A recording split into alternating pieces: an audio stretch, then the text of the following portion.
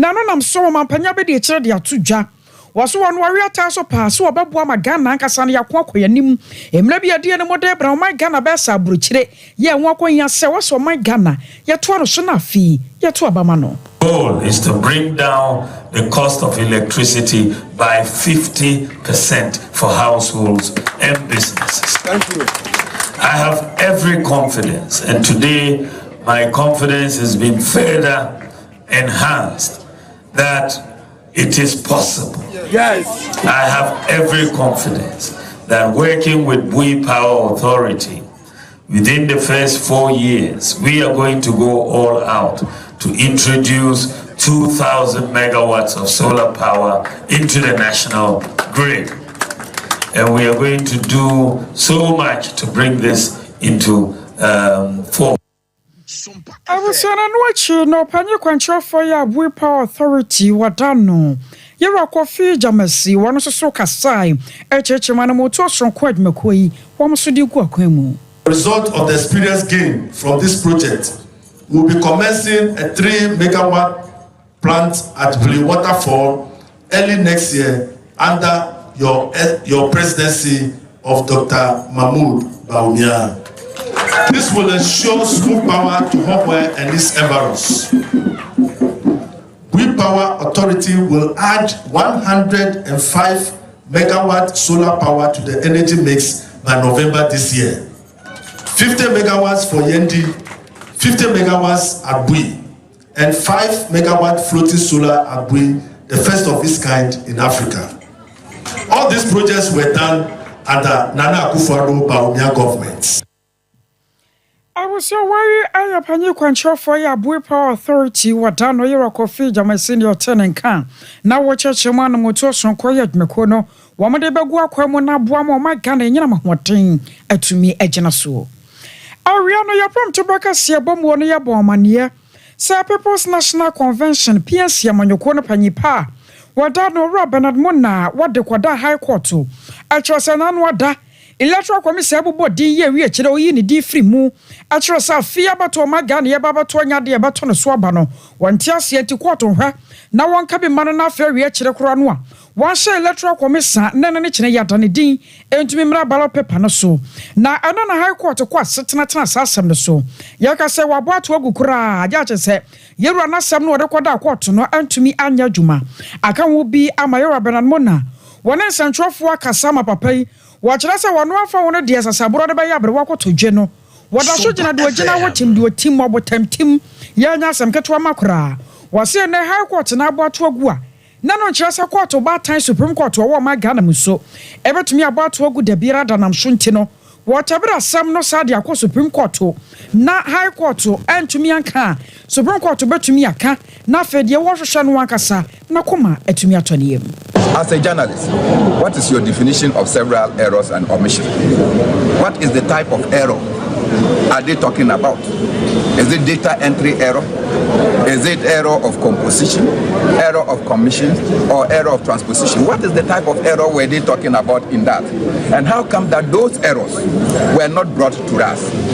Now, if you run to court and you are talking about look-alike signatures, look-alike signatures cannot be several errors. They are defined. Look-alike signatures cannot be several omissions. So these are specificity with which the Electoral Commission then came to court. So clearly you can see that the judge did not look at the issue that was brought to us, to it. It just went round. And I have already instructed my lawyers that this case is not ending here.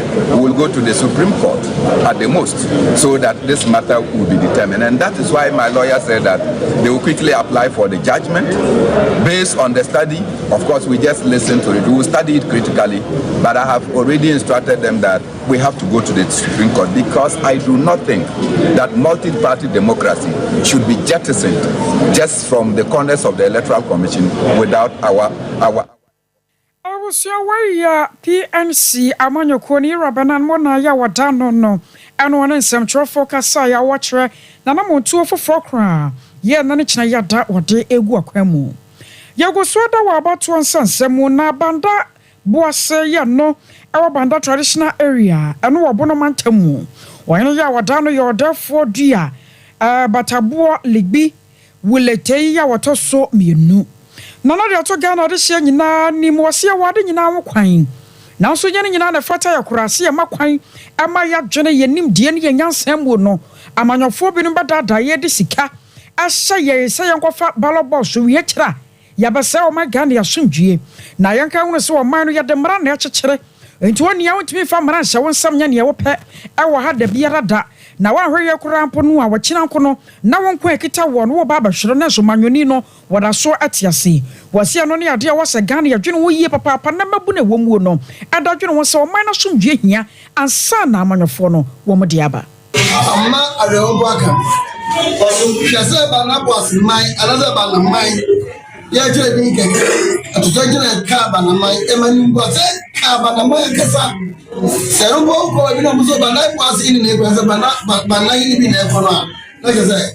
o bo ne mo boss enti ya mesa mama fon se ajuba na ye ba abato na ba mesa obia wo party a oto abama no anye ntofa e ya dinchire aboto e ya dinchire anye ntofa mesa unkwa no baba ko nyina bo so wa she wa kaza wa sitira mu sane sitia ohoto wa to aba to mama ni opi min trasa tuma CPP min trasa tuma APC na min kaza tuma wa titina na to abano se na be a ebe kama ama ana afuto ka kesi amede ma ma bo mi se wa kaza obi aba titu se ko konto kama no ko fa ba no box uso le nipa yetimi di opposite turn down se u be assembly man di ba ni owo yetimi di opposite turn down se u be everyone say MP ni the point is the better government other to go say umre won kaza mponu o ire no ma anaso baba ba wari awu na ko di obi achi won ne di papa si ko kudi pama ko tamba lobos ko buru amanfo engem rabani bisaye we na say mrachiwa wa utegireje limisa mbabu obo Ghana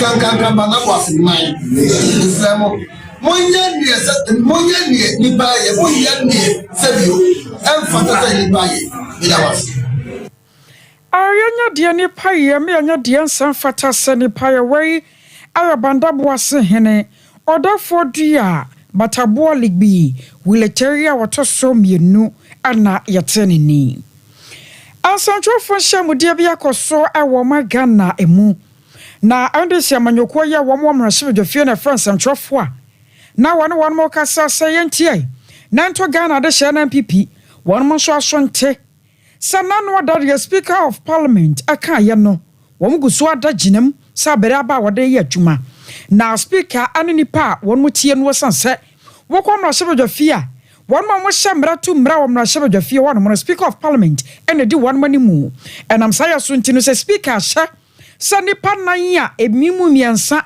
akwa kwantenkoro na ba akoso so ade na chita akwa akoma NPP amanyokuo no yamfa one makonwa nto one mu a na se wo mo ndi sidie one mo gina mo pa enam saya so ntinu nyame ya adoma wo kina mrahye dwafie a andi si amanyokuo ne kono wo mo kwa no dom kase no edi mu se wo mo ane majority ye wo mrahye dwafie enam saya so ntinu di obi akaka bia ye moguo wo mo nte kura se kwoto adekrata apie dwa ya wo hye Speaker awasa kwan no so na asasem trofo hye mudie ye koso no bako central na sebadwane yera mahama yarega wona na nsem trofo kasa ye ya wo kyerese Ghana de hye ntie na NPP amanyoku no ento wonom. We are not aware of any law or any constitutional provision that enables anybody to suspend a decision of the Speaker in Parliament properly constituted. What we know is that under Article 2 of the Constitution and Article 130 of the Constitution, the Supreme Court has jurisdiction to make a declaration as to whether or not an act is consistent or inconsistent with a provision of the Constitution. But to suspend a decision of Parliament or a directive of the Speaker in Parliament, we are not aware of the legal basis of a conduct like that. I was not just saying on the way about Central Marshall, Johnny Mahama Yaragana Casaya. Watch us a woman do a moon and Miraca Tabia. Yaba Pia, one morning, Namsa Suntino, Don Cassiana Fem Womo, and na etiso. Nyame Yadma watching a paya a jar our Marshall de Fee.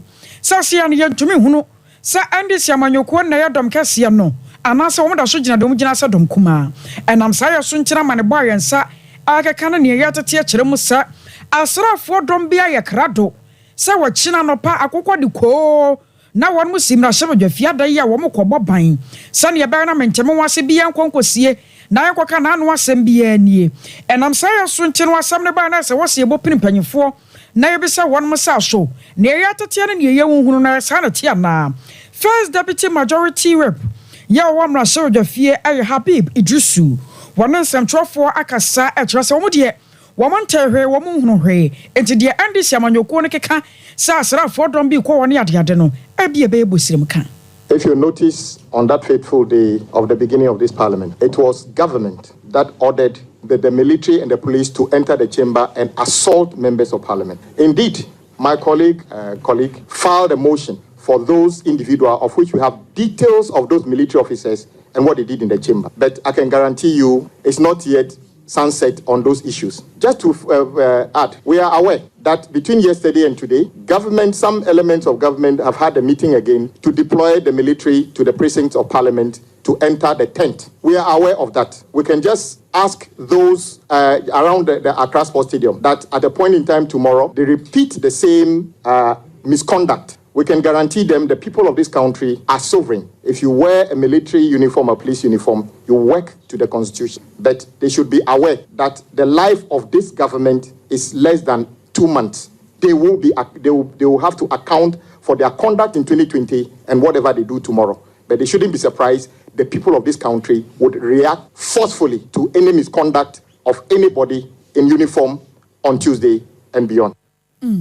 I was away Andy Siamanyoko no chief report no yera kwame agbojane oten nkaya na wo kyerem wonno sane Andy Siamanyoko no won motetie na won mobokoko adefa ho na asem yinti ye kwa ma no so na ne mranim ni ba ko akwakodi nkomo lawyer Paul Kumini arasambara ne sesei Andy Siamanyoko no se wo mo ye dom kase NPP nso se wo mo so gina de mu gina speaker kasa na so Supreme Court say sa sam no speaker kan ni nyina da no yemfa nto nche yansa yenkware ne panyipa yenkodi nkomo lawyer yemwojo ejo se meni aba wa po ti se adom na monso e eda nyame ase ayo rasasi ana mara ne sesai sansa nyame ya ma wachina mra se wajafie no yentimi hunu dom kase ne hunu dom kuma esan speaker kasa so na sem no kame yesen shada nyina bi asa Nema mi that to say ababebo impusa kakra. Newo mu ne say speaker edit to just say inipa by name bi omo ma fi bi no no. Omo nema bi omo yinti no. Akoyena omo tisu no. Omo ntimi enfa so entra so awo ma she bi gem ahifie ho. And no about some and you are your markings or no this has no the Aquapu dying a Supreme Court. Supreme Court so I can say that's a more speaker train. My point argument to see. You can chance once a problem say as some you are a your marking at the buyer no court in which me a boy and no Aquapu to have in chair ABC for say. Sasa no yeah prema en kososa ana MP was so almost ko papa enti o cha de be de e bitimi akoto or parliament ho na mo yenya enti asese parliament no omo de friend no almost standing orders Ebase Omoko Parliament ho na se kobase bibi ohoro na se speaker no eka bibi ewo ho a na speaker no aka no nea igina na eno no mpo no se we member of parliament na se nea speaker na aka no woni ne enya agye a obe file a motion ewo parliament pa speaker no be approve and sign se obe bibi a wetini aye in this original your parliament ho na speaker said na give no don't be a dom kuma and I said don't be a dom kese a no and say parliament no e dey be adwuma enkoye oku enkoye kaka bia matise say e dey so jafo e be kokko no mo sa asem no e ho ehia sebi o ye ni nia obi be kan we are not in a banana republic a process also our parliament the parliamentarians on their own they can sort themselves out. And yet, idea is we can take for whatever security threats, and almost the soldiers for I don't think that the members of parliament, they are awarding any guns. I don't tell you that necessity say they are for them. And to open your Buameka Crow, say, na workers as Speaker of Parliament, and a Yami Adma, which now bet to me actually. Say ekuo ana yadom kase na ekuo bi ana yadom kuma no na se fabi no the Supreme Court ka ye no anya adwuma na say speaker be gina Supreme Court asem no so na dia kasa speaker no ebe tv akasa okay Supreme Court akasa and then the Supreme Court akasa no metie matwetwe so confirm that asem na ida kokoto mu ni no bafa speaker be gina akasa me must Nia Supreme Court I can make money here do our ha. It's an say under Article 122 no. Obia bet to me and put up a behavior in contempt of Parliament. And Supreme Court for a president ruling now on my and that's order on my against Parliament can be one of such contempt. And the contempt can be against an institution, an individual. And Speaker back in Britain, I can say, Sir order no. Supreme Court, they should hold on. They should let things remain the way they were before the speaker made his pronouncement of his ruling. Man for me, this kind of way, no. Speaker can say that act of the Supreme Court, in contempt of the Parliament, and they can even hold them before the Parliament. Take note. Time a friend saying, judges at the Supreme Court, they came before Parliament. Parliament needed to approve of their appointments and as our nomination before they became it's we should not have any feeling there. The Supreme Court is the most powerful. No. The Supreme Court is the legislature, Parliament is the executive, presidency, but the point is that even though you award the concept of separation of powers, almost in the interest of ensuring that there is democratic governance, they at least work in symbiosis. They help one another. And it may depend what the speaker wants to say. But if you should ask me as a lawyer, my opinion now, I will tell you, the order by the Supreme Court, in excess of the jurisdiction. Supreme Court any start to me say on back Parliament say the Supreme Court doesn't have that authority. If anybody who is saying on show me in the Constitution where it is said that the Supreme Court has the mandate when Parliament is doing a particular thing, there's an arrangement or there's a proceeding taking place in Parliament, not Supreme Court, we are ordering you, stop it. I don't think there is anything like that. Now let me go on to explain, the issue now about before Parliament, it concerns certain members of Parliament. It has nothing to do with any political party. And yet those individuals involved, almost they are court. And to say, the way Speaker Babin, I can show say, why do you almost get your and you know, Nenuponu, Sombeko Court, yes, Supreme Court, Sombeko. They are expected to go to the High Court. That is what the Constitution says. And just send your what can you say? No, Sakwabasa or China, dear Supreme Court to Kano, it's me, Juma, or Mrasaba Jafia. That be better to me. I have John Sebi, a Benya speaker for Frono, no, so quite refer, Sebi, say yes, intimation me, Genevieve Biso, Adia Juma, and answer say. I will be honest with you, not becoming a bit of, I don't know what word I can put to myself, but I was going to use the word nihilist, but I won't use that one. Okay. But I will say, I will be surprised if Parliament should allow the orders of the Supreme Court to carry. I'll be very surprised. That's what I will say.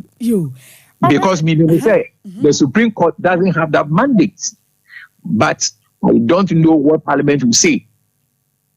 Lawyer, you help ye say nyame yadma de chie ewo honom ti de bekoso ma shebe fie no ye besa ba opunu mu biom na de mra ne ka no wasa chirichiri mu bio de nyame pebe yesa me da see awusia wai aye lawyer Paul Kumi ana ye no kasa ya na wo kire mu no wonde wose ba no nwanwa pa sakwabasa Speaker of Parliament ejina Supreme Court na hyehyɛ so na nyame yadma ochino de ye adwuma to ne de ne gu a na se ebe no nwanwa ewo kwan bi so ye toa ansam no eso Public Service Workers Union one man so de abase free na de kuriyada one mate atua ewa ban no so sanse wiasim odwumani na katua sare pa ana amane amewo so ye mfa tutu kanti abane timi kogina ba bia nka se Ghana ye ne sika ya de kaya beto abane ade amfa nwanwai ewie kire ma one makatua ema mekam enam sa ye so nchi no sane sase Sani ya na one makatua one musika samne ne one mo hwade mu sa ban de bema one mo allowance bi ne ade one mo sa betumi akanti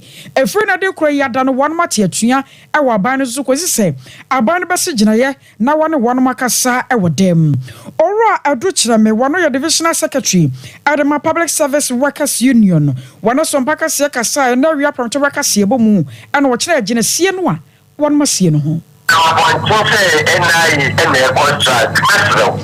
strike with NIA for contract no Public Services Workers Union of TUC Ghana TUC Ghana we have divisions about 46 because 46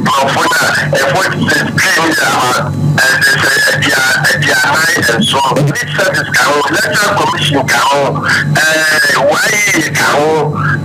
airport service Ghana Metro any Judicial.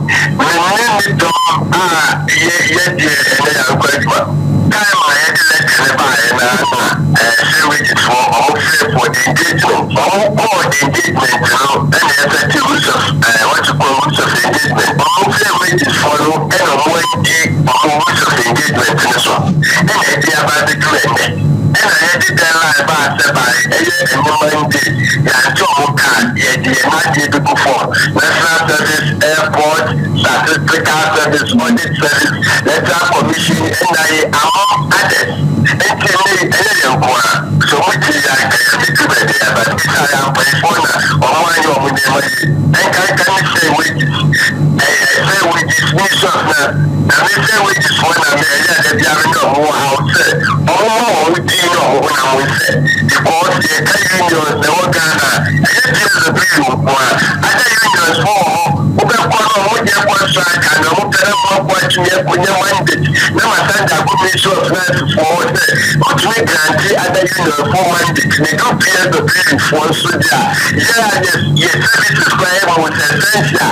Can you come out of corner with your own one and now by the transfer, now Ghana Metro, I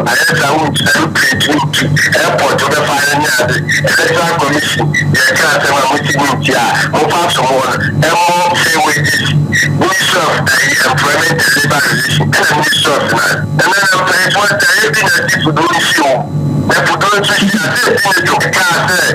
and say wages for other public sectors workers, and more allowances, in the school back. I was away or a do chairman no divisional secretary the Ma Public Service Workers Union and yet as a strike here if you not decree one macono watch mu at the chair na a foot to a quack at the America for pa a noble rasa and insuno yen said I would apotia insuno talk come here say a brabia to me tomani ye a brabia so yet me bought from to me fat. And the word and was a son, Sakraya Bewim, and I'm so I'm an Mantamu. Agric Director, Miss Victoria Banquawano, Agric Director, the Ma commanded Naguafu, a Brem Kroponimu, and what dear foot to a mercury for you now say. Sassiana Siakasa, your West Sunny and your Messivica Quanoa, your bedia doconoqua. And I'm saying soon Tinakia for so where so much you must say one son on my share and nay. Sunny and Shuna Sasia, Elton, Sunny, we are no yano, no motion, and one son will be an yasa, and food your over to me a quachi. Yamani Bonnie, Eric, and Nana Bra, one another chair and common, say, and no boy. I'm right, woman. We're modernizing agriculture. And then we appear any more to that women's and now we appear, I don't need women's from 1 year, I can some radio. Be out with that information and yet and repair to one year as a weather information and shut down accurate. And now we're for you. I'm almost accurate. Imaginary, the more with that information every Wednesday evening and then Thursdays. Somebody for any better. The pay gymnastics here in Suno from Metro from your Wufen Suno. I'm Mantam, a Batintam, a Chitaway Piania. He does say, Obasha said, one obey the Ashadia one time. What would be out with the Ashadia? You should top brand, Ubenyam, one should top brain. Sabaya, who could be now we need to move na anu achi no yenu ma won musuduan katie a commander edna gwafo abrem kroponi mu won mu chechina ni owrai Emmanuel akwa won so fa sa kwanya no so kan won mu hawo ananioma hodo bi abetumi aboa won afia wa besen metre July to December abotaya osi enworo tinya ene de ya hwede ye bi nya tractor wo keyi ha titi commander edu de membria na tractor samayetin yeke se ene de nya na habeni bibi de ya pro de bi tractor entino impenimfu yetino wono ye ne company bi wo nkran ye no ni di nkomo de wombra na womboboy ento ye ne botaji tira ama yetino hande ye no peye dum de hontam na ya sanso womboyen na yinya tractor na yentum na yefenye dum commander ha Awusiana enwachi no wonmonyafo Ismail Said wanoya ankane abakrache panyini ya wo commander ne gwafo abrem kroponi mu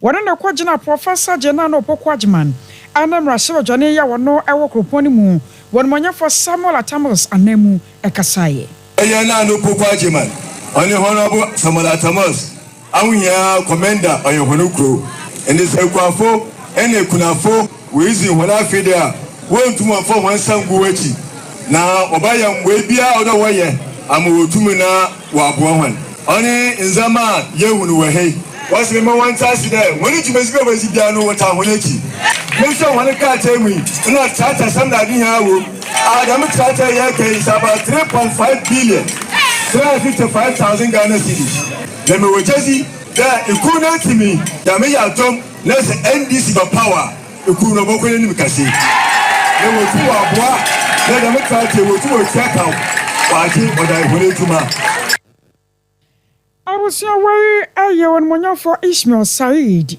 wono nkane no ya banka chepanyi wo commander ne gwafo abrem ana yetene nkan ye kwansan foforo na rawosam bia si ewe fitu kroponi mu aye mfimfim mantamu winiba arawosam ya yansaka akire mu se enipa miensa ana won mafri mu nkwanhia kore yayi anam so amanu makomako dunum won so baabi a won mo da no emu akwakwaya din ye papa na ebra asam ne ba ndi otu Frederick Edupoku wono ayewini ba municipal fire officer and wo kirekire mu Toyota VTB ne registration number JW 907-24 ana ene Toyota ibia ekokoko hia ye ya enam so ma san kwanhia ya ye atumi asie ebrade otu Frederick Edupoko wo chechemu arewosam na kwan ya fa so bae ana sane won moten no sei no sei esi ewo sa stretch eso na empempie no eya na ebasa na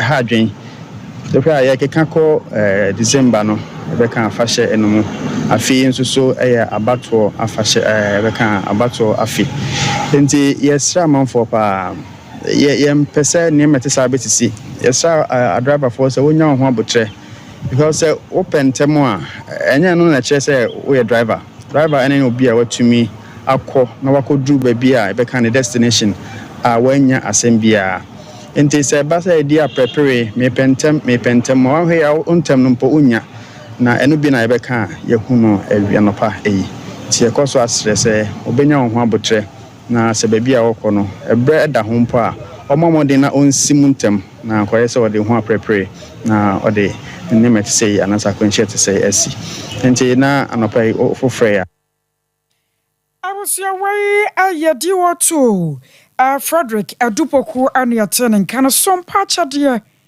ya kanfo ade amausa nyame ya domwa December ya di anim ya yino abusia ya jio na ya che ade amakunafo erusia ne nyanka sayo monta de anwa sardine milo gesia empaboa socks tofe bibia no yebaje woko Sompa nkranza Ghana Commercial Bank dining Sompa sunya nso night market ana Sompa kuma se ye bedroom hotel say ye mobile money nso a wada my number ni 0598 559 802 0598 559 802 Edino Airtel One Media Anasa Blizzard Foster 21st Clinic ye kan for adiamau Osiate ka yade no yetu ase kokora one time ansan so amabiom yade anka ya biada firi wo kire so kopim momora no hweso obekọ 21st Clinic na dokotafo hwewo wo ma ben papa wonim dia mapa wo yade mu Kumasi Show overseas junction wo ben for radio wo bo second so quarters court junction and crime market sunyano kranza na tachiman 0540 311 311 0540 311 through Herbal Center. Yana de 3 capsules and namwo. So pese ko no ase 2 sisi ade and afra yam timo no ni nyina akwa. Ana na obenya 3 capsules sanse we no yagea tum se eje. Kwale na kedane Herbal Mist ni apedank okwa bisa won sabeka ana afra 0546 107 107 0546 107 107 I hear now person to kwanko wada ya so ne say Canada ana UK Holland ana US bebia China ye de wo kọ espresso wonum na da wonum abamuo waso ko sua de okoye adwuma scholarship bi to holidays bia fabada wonum de o maben papa Kumasi asafole ba run about Accra Kaneshi First Light 0249 00 0448 0249 000448 and watching Impro service ya de wo kwa China na busia tie ne ye pa ya ne nyumakuwa kese na kwa akodi nkommo na wo soso age wo mo number se wo hia bibia no ansa wo fra wo mo ya de bebro se CA we ya dwadie mu strategy ene de ba no China ma mu nanso ane ye kwa akodi waduane a wo bedie meetings a ye bekọ hu sikasam afei kurampo no bia wo beda wo ticket visa ne ade no ne nyina ne ye $2,499 US dollars o wi a wo ntua hwebiem ye wa chimota mo bibia ne afre 0244 924573 0244 924573 Liberty Conference nyame yadmo October edition die no eba so live anyasem ketoma yasebra bia na nyame nwosra ensane na bingu so mpokyere nyina ye fifiri matwetwa bibia mu ne ye ho atumi atoye wo man ne yodobo ache busua wona da no wo ya wanwade wato nsade afra jomtofo kukudam George J baby minister ask friend Paul kan ho bi na fe minister Kwame Jedu so bra bia na obeye nhira ye mizo ana 5G nso ka ho bi ano de atia po ne gina na national map de pa yese kwara kwaje bi obi aye adwumaden waye adwuma bra ana se wo pa pom de pa no eno anse wagege mizo na wo de 5G aka ho bi wokwa hwe overseas junction manager Daniel woto bi wokwa abenya so pom no woto ye gina weso na ya dan ye ho ye ba en nsema wodo ya e wachiri no ye de pato so 21st clinic yes sciatica expert sciatica no o nerves na wo to ase na fa wo siremu na fa wo nansia besi ase ho no se ho techema eno ene fa ne sciatica na etimi bubu o to ase ka wo se dwe wo sirem wo je ho ba bia enye na no na 21st clinic ba ye adwuma pa wo mu ye ntia baso bo ma gye no Ghana ha ene amono ne enya asem ketewa Womuji international awards ahodo womuji local awards ahodo na anu nso na womu be the only sciatica research and treatment center in Africa bibrim ha no ebi ni baabi a gise 21st clinic nkoa womu de bibiduro ene besa oyare no masa de machine aka ho eyayare sabia yare bia wutimi de ko ne mama ade ba ko a womu gidi womu pa no sciatica ena stroke nso de kwa diabetes ni hypertension ni ade Ghana ha ba bia wo mo ho 0540 311 311 0540 311 311 na 21st clinic wo mo sciatica expert.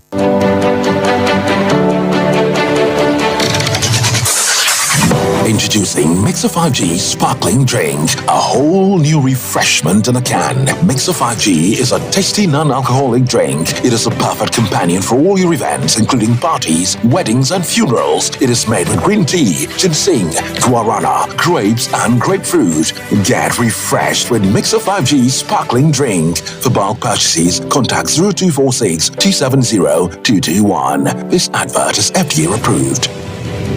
Brakasa ya duabon waso a ne dwumedi wo nipadua biara pom den ene na brabo mu ne hienye pa enye brakasa nko nuaba ne haban bi te se ko nsusu a abonwono ne dia akeka ho no kura enwanunu ahodo a ekwa animu yi ankasa brakasa ne sa nuaba bi nom ne akeka bobudi afa abefo kwan so a ye de aye brakasa powder siesi nipadua na aba akwa ahodo no ho ban afri mpani yade ne yade ahodo pi ho fa enkodate de ma baako freduane anopa ne anwumre anafa enkodate de ma baako woni suhie yeti anopa ne anwumre wobra wodidi awie ubenya prekese powder to Kingswalk Herbal ne Heroes Herbal Accra Okesi Drug Lane Dani Herbal Kumase Mensa Takrade Mose Pharmacy ne Greenlight Pharmacy Sunwane Kashenkari Supermarket Asantoa Herbal ne Bibidro Depot Techiman Sewa Herbal Mampong etufo mfre 0550 19 15-14 prekese powder aduane san yedro FD ahwehwe sankratu emu agiatum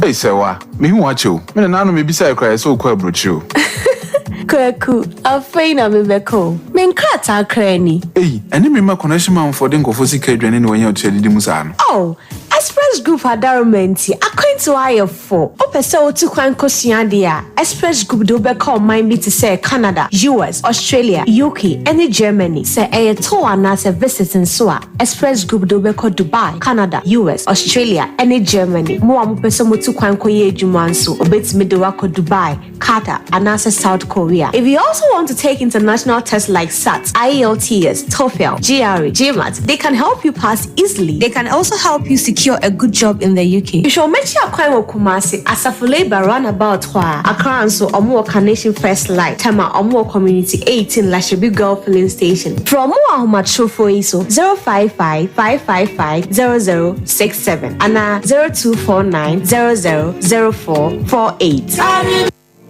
Here in Ghana, when it comes to chicken, the good old days are back. Why? Because Boris B's Chicken, B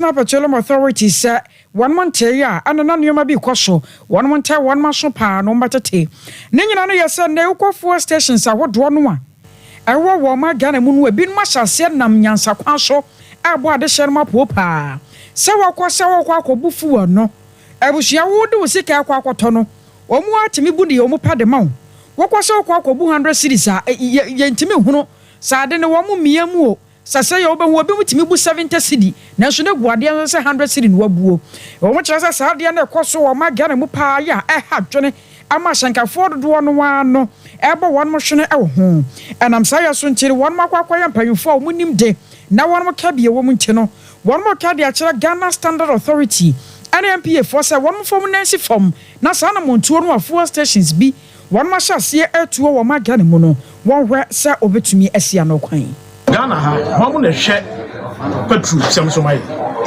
ade nti no so top petrol ukosa okoto 10 liters a omo bu mframa nko ama wo no mama petrol no be 4 liters na 6 liters wo ma fa adi MPF wo mo te wo mo hwe Ghana Standard Authority for mo so te wo no mo hwe ade ne edu o ma ahya mo so na mo nim se mo ntimi mbu na mo ntimi hwe na bo so mo tete mo office ni atua mo ka na petrol filling station for mo buye fa so eye ama na mudi nti eye da ku ababu mo so mo hwe ni ye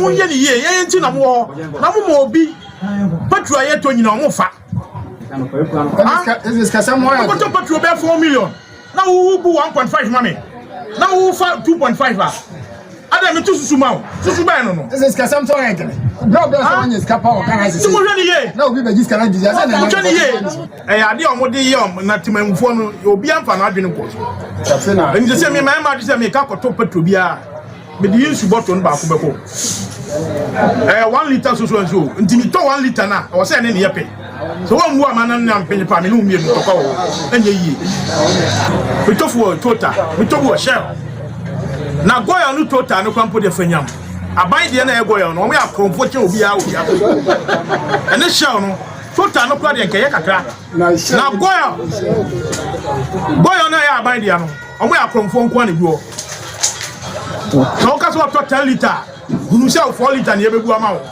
ya ka nyina o mafa so bi ama na ni na ho na o mu sese no o madane akromfo go one thing so ye mesre aban se India.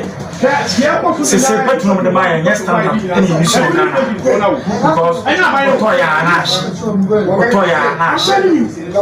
Dedica Havana Guinea, and Black because one of Napo Nase, as and they're tossing you to say, the best say. They get top for elites in India. Ghana, because Anapa, over 12.90, and we are over 14.90. It's a honor economy. The Tosumu, a binding in ye. The Tosumian son, the best say, a money woman, a fuck fool and the son of money, and what is part of gas, and I'm got gas. And here, 200 cities in the corner 290, but I'm out working on young man. It's a less as a book about to follow who said, yeah, blog. I was your way Ghana this year, Benumiate, one month cannot say. One more actress Ghana Standard Authority NMP and Formonancy form. Na South stations in one. Woman nam kwache kwansho bo Ghana for no. Yentumi mamra and one munipa. Ye kwansan foforo na so ebo a na ya dri. Amanebo ya efi wonu ba kire se wabro owura bia wanya mfinsha na duasa nan. Ewa so ebo a ha ya kwada so kroponi mu ama ene wo chinananom ewo ansiedo. Na amanebo no kire mu se aswame aposifo ana kwabro owura yi ebre omukwa hunu sabon santa abobore bo wi yi bi ehye no ho enti fa me fa ma mempene no ene de boro ne ba yi a ye wura yi ka sei ene wonka tiasefo ho bio aka ho bi amaye ne adansefo a na won wo ho na wani ko twa wi siro ho santa mo ehunu sane ebro no se bi koye no ye wo no kasai police ni tentene na plan steven no wonu na dia ni mu ano IPT container ha no do mu nam wonu ne ehia no because no na mo ya course wo match no wo hu ba bi kro but sa police ni ehia no wonu ne ya pe no o mu nyini bia me awu no That for your bunto ya buyam. And yes, I be blind to Mrs. I. And the police will be cross your boys here. Police in Libya, what dear Kulani Sikabia, Adano, one time over Hunu. Police in Lia, what did you see? Wabayin about Tomusika? Yabayin about Tomusika? Yabayin about Tomusika or Diano. One time over Obia no, what in the baby? Ordering no. Who police in what operation? What about soup? Over soup, no. Oh, who were done watching on Sakano. Now, Nipano, all of a sudden, Nipper until we need until Sam duly justice is served. Our justice is duly served. We the youth here in Ethiopia are not going to rest. I know them Russian and Samson who your police need. I don't know better here. And here we are going to block the road. Yama police in Libya so embassy Tamune until Sam regional minister until Sam regional command until Sam divisional command until Sam district command or Matimi Eddie Baby and Bratono Ediato Pepe Yan Timetase area until Sam they come out clear. And this time police need to share the games because who said because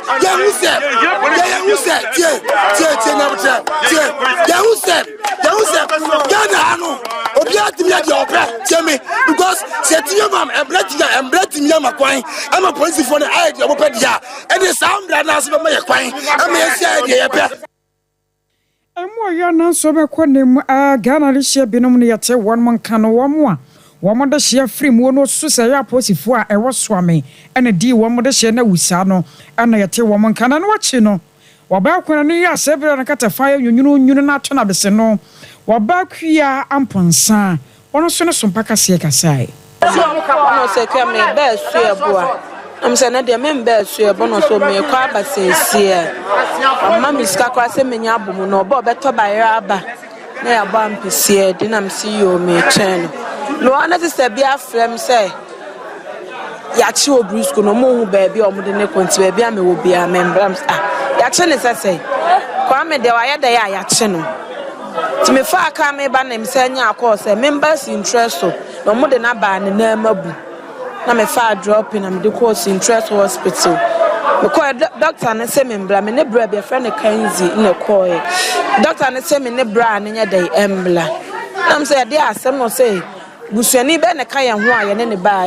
enti busuani bi ene aka na me ne bla yi nkwan na ne ne nua ketua ba ko ne kan ho te ne busuani bi oye dey o kan ho no se me nko mama kunya na metina ase na sister no e de bra kanzi no e call doctor no ho Roana Kenzi not see him.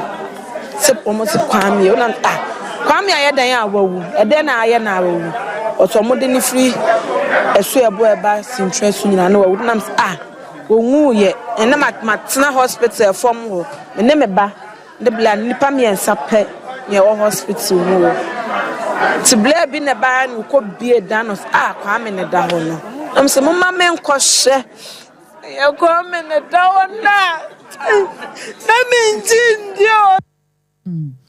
I was aware kunani mobro wano no bakwi amponsa ana yete se wo chiremu ni sane ni kunu kwan ofa so a ofri mu yankon sanfo from where na NDC amanyoko ye wo ahafo no north about one person communication officer aye won monyanfo Francis Akapo no de atuja a chiremu safi NDC amanyoko nyina na Ghana fo nyina hwese abatai NDC amanyoko no wachi sane be na afi abato no wometumi ade nkunim wose obi bia da ya wo sika afem wo ho mfem honam fem adwene mu afem obi anya ne de mfam wasanse afi no ewo sande sidi nkunim na ode hyehye pa ebre o mai Because I said, maybe we are one person of why our family, the best of them. Since one money to you, my new way in there, but politics is so, whatever is Canada. The best Regana for about 1 man on the baby will be out here, so only be more at this. Our family of any Ghana, the income will find you to me free, MPP for them. Now, at this, don't mind Mama, and the Bible said, you say, so our family of this, so Mukabuma, in my power, don't be to me at us. Our family of the Uba, and this your track record, a papa. You whatever hospital can see, and this, and this year. the pattern rules NDC you see ultra modern dining hall at the Matapasini have brand up to say 80 unit classroom block. You see 8 teacher bungalows at the Pasini High. We share and you should to Betiapua NDC years happening. We share Manfu down to Infante to Grizu Numesia Fabutu Sopani NDC.